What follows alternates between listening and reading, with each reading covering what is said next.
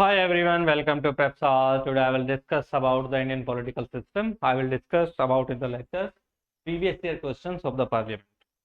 Previous lecture में हमने लोकसभा से रिलेटेड सभी क्वेश्चंस को कर लिया था। अब हम जो हमारा अपर हाउस होता है पार्लियामेंट का, उसके क्वेश्चंस को हम इसमें डिस्कस करने वाले हैं। तो ओके, लेट मी स्टार्ट। और हमारे जो क्वेश्चंस होंगे उनका जो ज़्यादातर मोटिव रहेगा वो हमारा राज्यसभा की तरफ रहेगा। क्वेश्चंस हम राज्यसभा से रिलेटेड अब यहाँ पे करने वाले हैं कि राज्यसभा से क्वेश्चंस कैसे कैसे क्वेश्चंस आपसे पूछे जा सकते हैं। ओके, क्या जो है राज्यसभा की प्रोसीडिंग्स होती हैं उनसे रिलेटेड भी क्वेश्चंस आपसे पूछे जा सकते हैं। ओके, तो let me start. The question is,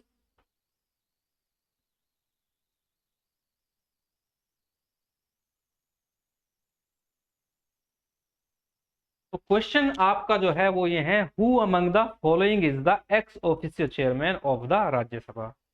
who among the following is the ex officio chairman of Rajya Sabha. The question is, who among the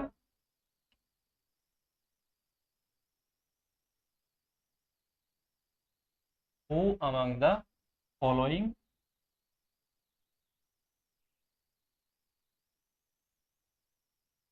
is the ex officio chairman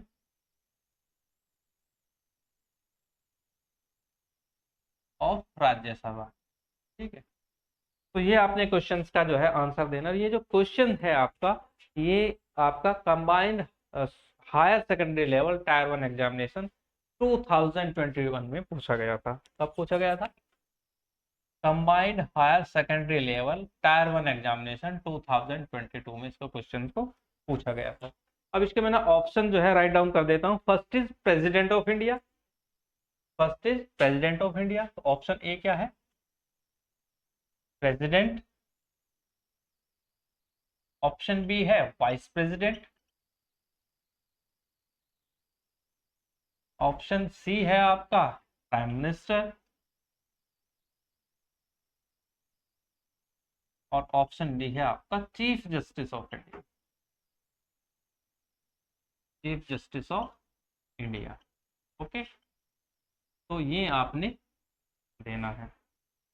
तो चलिए, तो इसका क्या आंसर होगा? तो दैट्स आंसर इज हो जाएगा आपका B, vice president of India. मैंने कई बार बताया है कि राज्यसभा का जो चेयरमैन ऑफ द राज्यसभा होता है, जिसको हम एक्स ऑफिशियो चेयरमैन बोलते हैं, पदेन सभापति, वो कौन होता है आपका? Answer is B, vice president of India क्या है उसका एक्स ऑफिशियो चेयरमैन माना जाता है। ठीक है, नेक्स्ट क्वेश्चन है आपका, in which of the following years was the Rajya Sabha first constitute? In which of the following years? ये मैंने बताया है आपको, याद है question. In which following years,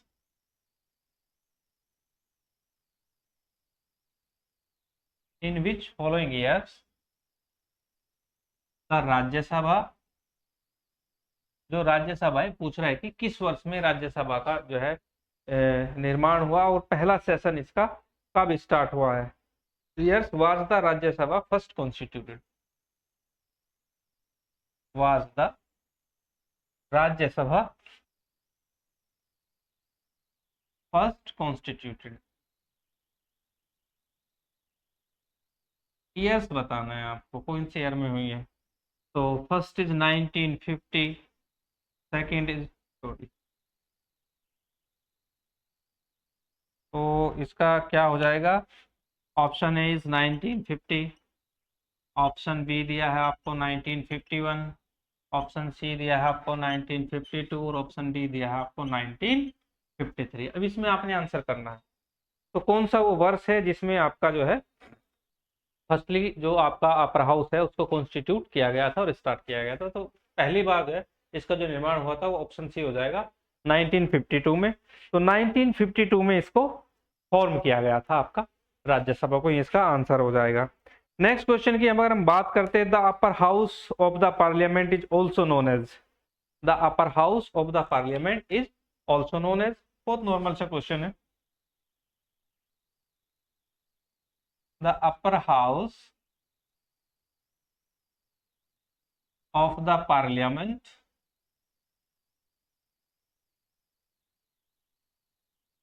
is also known as और ये जो आपका पूछा गया है बहुत ही आसान सा क्वेश्चन है और ये पूछा गया है आपका एमटीएस हवलदार एग्जामिनेशन 2019 में एसएससी का होता है। तो नॉर्मली सभी जानते हैं कि अपर हाउस को क्या बोला जाता है। इसमें ऑप्शन दिए हैं, option A Lok Sabha, B Rajya Sabha, C Vidhan Sabha, D आपका विधान परिषद। तो क्या बोलते हैं, तो हमने पता है कि इसको क्या बोलते हैं, राज्यसभा बोलते हैं। अपर house of the Indian parliament जो होता है वो आपका क्या होता है, राज्यसभा के नाम से जाना जाता है। तो ये तो नॉर्मल क्वेश्चन है बहुत ही ज्यादा। आगे चलते हैं, who is the presiding officer of the Rajya Sabha. Next question is who is the presiding officer of the Rajya Sabha. Next question is who is the presiding officer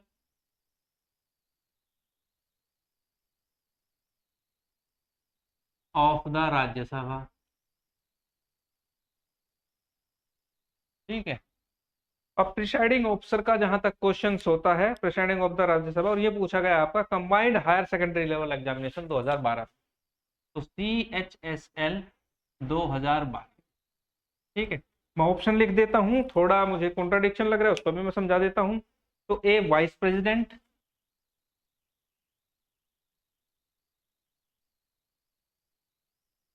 B prime minister,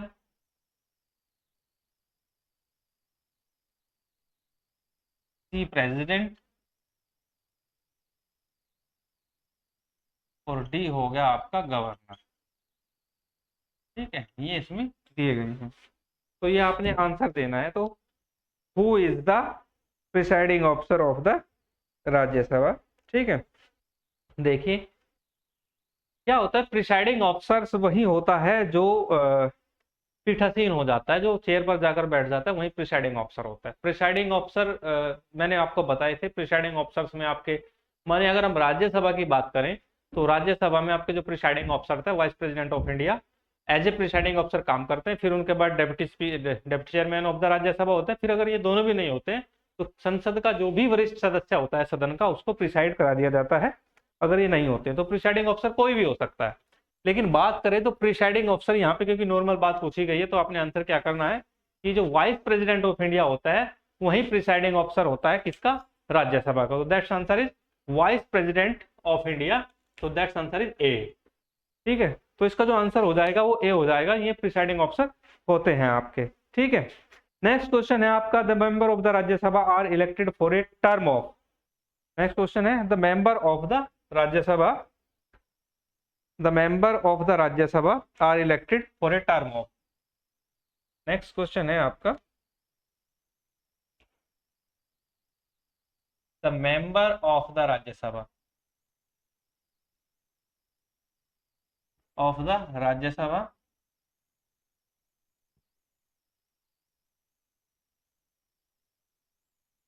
are elected for a term of, are elected for a term of। अभी हमें जिनकी जो term होती है members की वो हमें बतानी है। तो इसमें जो टर्म्स दी गई है यानी कितने वर्षों के लिए चुना जाता है, 2 साल, 4 साल, 5 साल, 6 साल जो भी है। तो 2 years, बी 4 years, सी 6 years और डी 5 years। तो ये इसमें से हमने आंसर देना है कि कितने वर्षों के लिए लोकसभा का चेयरमैन चुना जाता है। ठीक है,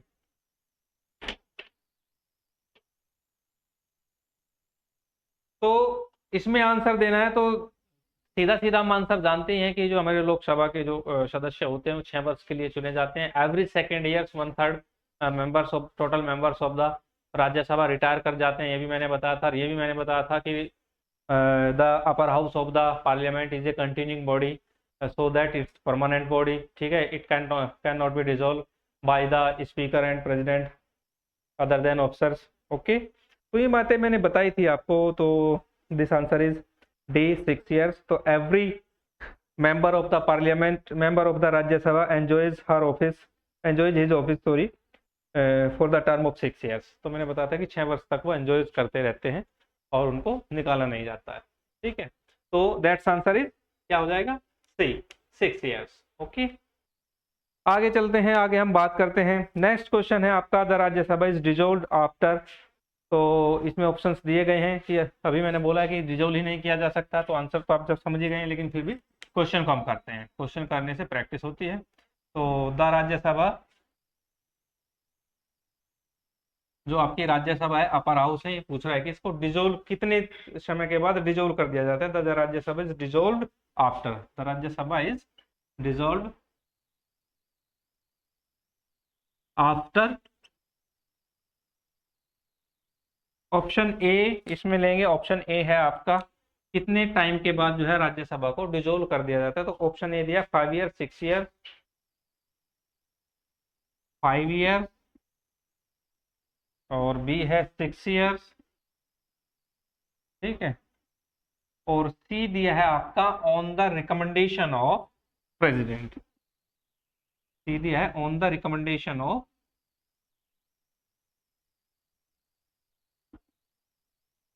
ऑफ प्रेसिडेंट, यानी प्रेसिडेंट की जो है संस्तुति पर राज्यसभा को डिसोल्व किया जा सकता है, नहीं किया जा सकता है। और डी जो आपको दिया है आंसर, वो दिया है नन ऑफ द वो, यानी कोई भी आंसर नहीं है। तो इसका आंसर यही हो जाएगा, इसका कोई भी आंसर नहीं है, because the Rajya Sabha can not be dissolve any authority like an president और prime minister other than of presiding officer. तो इसको कभी भी जो है डिसोल्व नहीं किया जा सकता, तो इसका आंसर क्या हो जाएगा, नन ऑफ द अबव। ठीक है, तो that's answer is none of the above. Okay, next आगे बढ़ते हैं।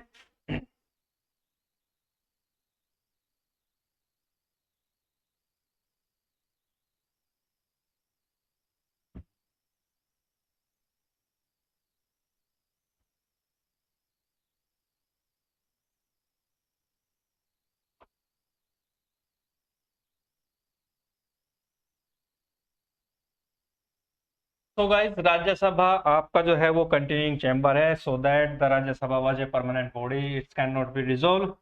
ये सारी बातें आपको पता होनी चाहिए, इसको डिसॉल्व नहीं किया जा सकता है। Its member serve enjoys as a member of parliament for 6 years, 6 वर्षों तक इसके मेंबर्स रहते हैं। तो एव 1/3 members of the total members of the Rajya Sabha, ठीक है, can to be retired every second year of the entry of the house. Okay, तो ये सारी चीजें हम जानते हैं। नेक्स्ट आगे चलते हैं, हम आगे बढ़ते हैं। नेक्स्ट है आपका a candidate to become a member of the Rajya Sabha should not be less than, यानी हमें आप एज बतानी है कैंडिडेट की क्या होनी चाहिए। तो a candidate to become a member of Rajya Sabha, next question is a candidate of the candidates to become a member of Rajya Sabha, माने कि upper house, a member of Rajya Sabha, यानी ये पूछ रहा है कि कैंडिडेट्स को जो राज्यसभा का मेंबर्स है उसको बनने के लिए उसकी आयु कम से कम कितनी होनी चाहिए of the Rajya Sabha, should not be less than, यानी इससे कम नहीं होनी चाहिए, should not be less than, should not be less than. Okay, तो option first is 18 years, second दिया है आपको 21 ईयर्स, और ये दिया है 25 ईयर्स, और डी दिया है आपको 30 ईयर्स। ठीक है, तो इसका जो आंसर है मैंने बताया था कि इन the case of Rajya Sabha the members should not be less then 30 years, in the case of Lok Sabha the members, ठीक है, लेस देन 25 ईयर्स, यानी राज्यसभा के मामलों में 30 वर्ष और लोकसभा के मामलों में 25 वर्ष से कम आयु का कोई भी व्यक्ति इलेक्ट नहीं हो सकता है इन हाउसेज के लिए। तो इसका आंसर क्या हो जाएगा, तो दैट्स आंसर इज 30 ईयर्स, तो that's answer is D 30 years. तो ये हमने ध्यान रखना है। आगे बढ़ते हैं, आगे आपका जो क्वेश्चन है, the Rajya Sabha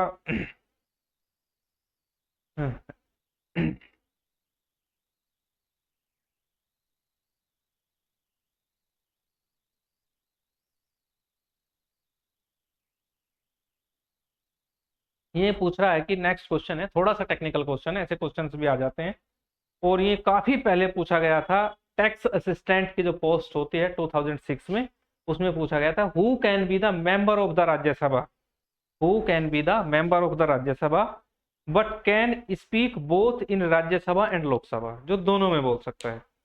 who can be the member of Rajya Sabha, तो नेक्स्ट क्वेश्चन है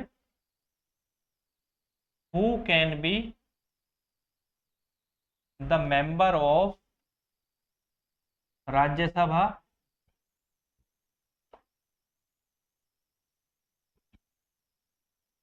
and speak in both houses, ऐसे कर लेते हैं, बोथ हाउसेस, ठीक है। तो इस टाइप के जो क्वेश्चंस हैं आपके करने के लिए, इस टाइप के क्वेश्चंस में हम क्या करते हैं, देखिए अब क्या है कि हमें ये बताना है कि ऐसा कौन सा व्यक्ति है, ऐसा कौन सा जो है हमारा पार्लियामेंट्री बॉडी का जो पार्ट है, ऐसा कौन सा व्यक्ति है कि जो मेंबर तो राज्यसभा का है लेकिन वो क्या है कि दोनों हाउसेज में both houses Lok Sabha and Rajya Sabha बोल सकता है। तो उसके लिए हम इसको ऐसा सोचते हैं, देखिए नॉर्मली क्या होता है, अगर कोई व्यक्ति राज्यसभा का मेंबर्स है, राज्यसभा का सदस्य है, वो केवल जो है ना स्पीक इन द राज्यसभा, और नॉर्मली अगर कोई लोकसभा का मेंबर है वो लोकसभा में बोलता है। लेकिन क्या होता है कि ऐसा हमें व्यक्ति ढूंढना है जो मेंबर तो राज्यसभा का है लेकिन बोलता वो दोनों में, लोकसभा और राज्यसभा दोनों में। तो उसके लिए हमें जो है ना ये ऑप्शन दिए गए हैं और थोड़ा सा आइडिया लगाना है कि कौन हो सकता है। तो पहला जो ऑप्शन है वो दिया है the deputy chairman of Rajya Sabha. तो पहला ऑप्शन है मैंने लिख दिया है ए डेप्यूटी चेयरमैन ऑफ राज्यसभा, या डेप्यूटी चेयरमैन लिख देते हैं, ठीक है। सोचिए तब तक मैं लिखूं कि ये बोल सकता है नहीं बोल सकता है। फिर उसके बाद दूसरा जो ऑप्शन दिया है वो दिया है leader of the house in the Rajya Sabha, ठीक है ना, लीडर ऑफ द हाउस इन राज्यसभा, ठीक है ना। राज्यसभा में जो लीडर ऑफ द हाउस, देखिए दोनों सदनों में जो है ना लीडर ऑफ द हाउस और ओपोजिशन लीडर दोनों होते हैं। लोकसभा में देखिए जो लीडर ऑफ द हाउस होता है वो आपका प्राइम मिनिस्टर होता है, और ओपोजिशन लीडर जो ओपोजिशन का जिसको चुन के भेजती है कि हमारा लीडर होगा, ऐसे ही राज्यसभा में लीडर ऑफ द हाउस होता है और इसी तरह जो है ओपोजिशन लीडर होता है। तो यहाँ पे बात कर रहे हैं कि leader of the house in the Rajya Sabha, क्या leader of the house in the Rajya Sabha दोनों सदनों में बोल सकता है? तो इस पर आप थोड़ा थिंक अबाउट दैट। नेक्स्ट में चलता हूं। नेक्स्ट दिया है इन्होंने nominated member of the Rajya Sabha, ठीक है। तो नेक्स्ट दिया है इन्होंने nominated member of the Rajya Sabha, nominated member of the Rajya Sabha. तो क्या नॉमिनेटेड मेंबर जो होते हैं राज्यसभा के वो बोल सकते हैं? तो इस पर भी आप विचार कीजिए। नेक्स्ट है आपका, नेक्स्ट लास्ट वाला ऑप्शन है, लास्ट वाला जो ऑप्शन है minister who are member of the Rajya Sabha, minister who are member of the Rajya Sabha, minister who are the member of Rajya Sabha, ये आपने ध्यान रखना है। तो चलिए इसको हम डिस्कस करते हैं क्वेश्चंस को। बड़ा अच्छा क्वेश्चन है और आपको समझना भी चाहिए। देखिए मैंने बोला है कि नॉर्मली जो होता है, नॉर्मली जो पार्लियामेंट्री प्रोसीडिंग्स होती हैं उनमें होता क्या है कि आपका जो मेंबर्स ऑफ लोकसभा है वो लोकसभा में ही बोलता है और राज्यसभा का मेंबर राज्यसभा में बोलता है। लेकिन मिनिस्टर चूंकि उसको जो है ना क्वेश्चंस के आंसर देने होते हैं, अगर गवर्नमेंट के अगेंस्ट क्वेश्चन राज्यसभा में उठता है तो आंसर कौन देगा? संबंधित विभाग का मंत्री। अब वो संबंधित जो विभाग का मंत्री है, जो रिलेटेड पोर्टफोलियोज मिनिस्टर्स है, वो जाकर वहां पे आंसर देगा। तो मिनिस्टर्स को छूट होती है, मिनिस्टर्स किसी भी हाउस में जाके बोल सकता है क्योंकि उसको आंसर करना होता है चीजों को।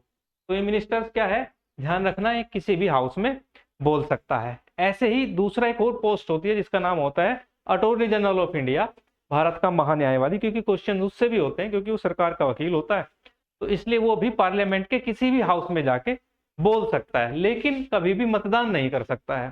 तो ऐसे ही मिनिस्टर्स का होता है कि मिनिस्टर्स बोल सकता है लेकिन ये कोई मतदान नहीं कर सकता। मतदान ये वही करेगा ये जिस हाउस का मेंबर होगा, ये आपने ध्यान रखना है। तो minister who are the member of Rajya Sabha, तो क्योंकि वो राज्यसभा का मेंबर है इसलिए राज्यसभा में बोल सकता है, मिनिस्टर है इसलिए लोकसभा भी जा सकता है। तो ये इसका आंसर हो जाएगा। तो that's answer is D, minister who are the member of the Rajya Sabha. ठीक है, चलिए आगे चलते हैं, कुछ छोटे क्वेश्चन हैं उनको कर लेते हैं सही। आगे क्वेश्चन है, द राज्यसभा हैज, एक सेकेंड, नेक्स्ट क्वेश्चन है, the nomination of Rajya Sabha members by the president were taken from the constitution of, जो राज्यसभा में जो नामित करने की प्रक्रिया आती है वो हमने किस देश के संविधान से ली है, ये हमने आंसर देना है। तो इसमें ऑप्शन दिए गए हैं, the United state of America, Ireland, south Africa या फ्रांस। तो जो नॉमिनेशन का जो सिस्टम है वो ध्यान रहे हमेशा आपको, वो हमने the constitution of Ireland, Irish constitution से हमने लिया है, तो इसका आंसर हो जाएगा आयरलैंड के कॉन्स्टिट्यूशन से हमने, ठीक है ना।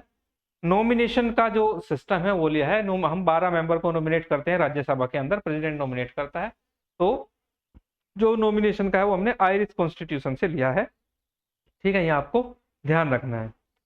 और नेक्स्ट क्वेश्चन है, the member of the Rajya Sabha are elected for a term, वो मैंने बताया है 6 ईयर्स के लिए हम चुन सकते हैं, 6 वर्षों के लिए हम राज्यसभा का मेंबर चुन सकते हैं। ठीक है,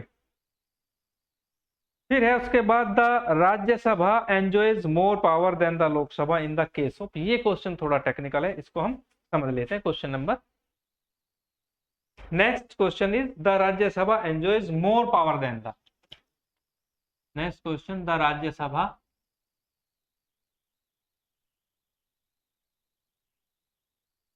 enjoys more power than the, more power than the Lok Sabha. Okay, तो ये आपको आंसर देना है, राज्यसभा नीचे में इसमें जो लिख रहा होगा किससे ज्यादा लोकसभा में जो है पावर रखती है, लोकसभा से ज्यादा पावर रखती है किस केस में, इन the case of, in the case of, ठीक है, इन द केस ऑफ। अब ये जो क्वेश्चन है इसके हमें आंसर देने हैं। क्वेश्चन आपका पूछा गया है SSC combined graduate level examination 2014 में ये पूछा गया है। ठीक है, तो पहला ए ऑप्शन दिया गया आपका मनी बिल, जिसको हम धन विधेयक कहते हैं। क्या मनी बिल में लोकसभा ज्यादा पावर रखती है? ठीक है, you can think about. Next B non money bills, non money bills मतलब क्यों, मनी बिल्स मतलब फाइनेंस बिल तो हो लेकिन मनी बिल ना हो, उनको हम नॉन मनी बिल्स भी बोल देते हैं। ठीक है, और थर्ड है आपका setting up a new all India service, setting up a new all India service, setting up a new all India services.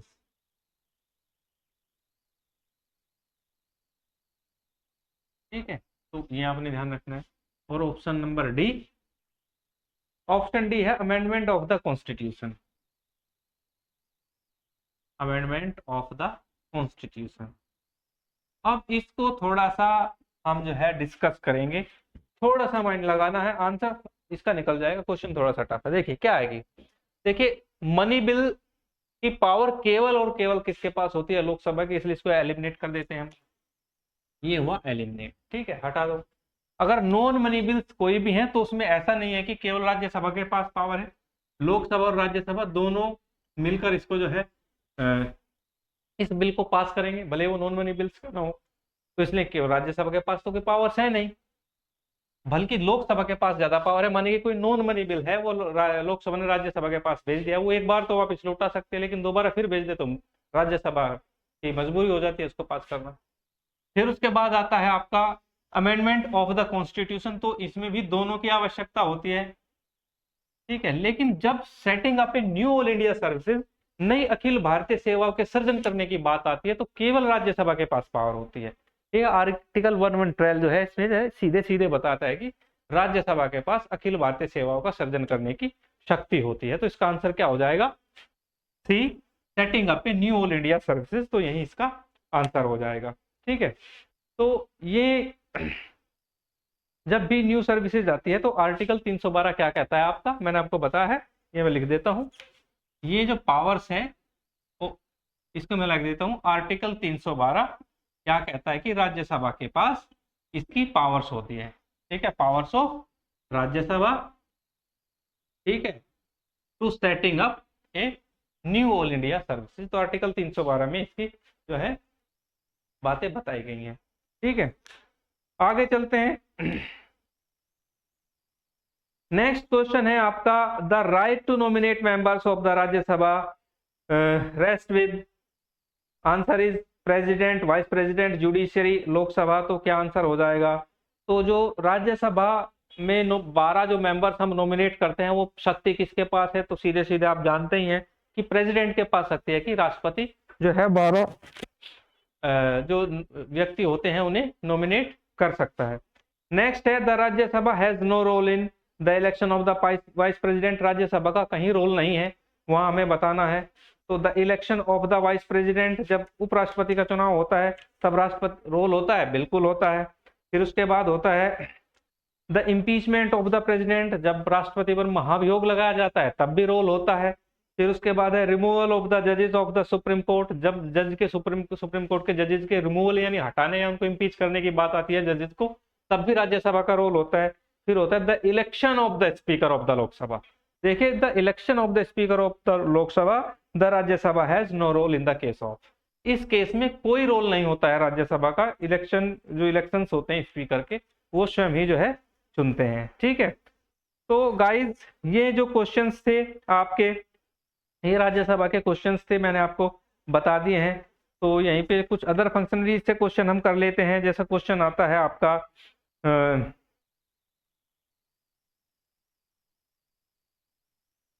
Next question है, according to which of the following articles of the constitution of India shall be money bill not be introduce in the legislative council. तो सीधा है कि article 198 में जो है आपका legislative council जो होती है आपकी, जिसको हम विधान परिषद बोलते हैं स्टेट में, उसके अंदर आती है। तो ये तो स्टेट का क्वेश्चन हुआ।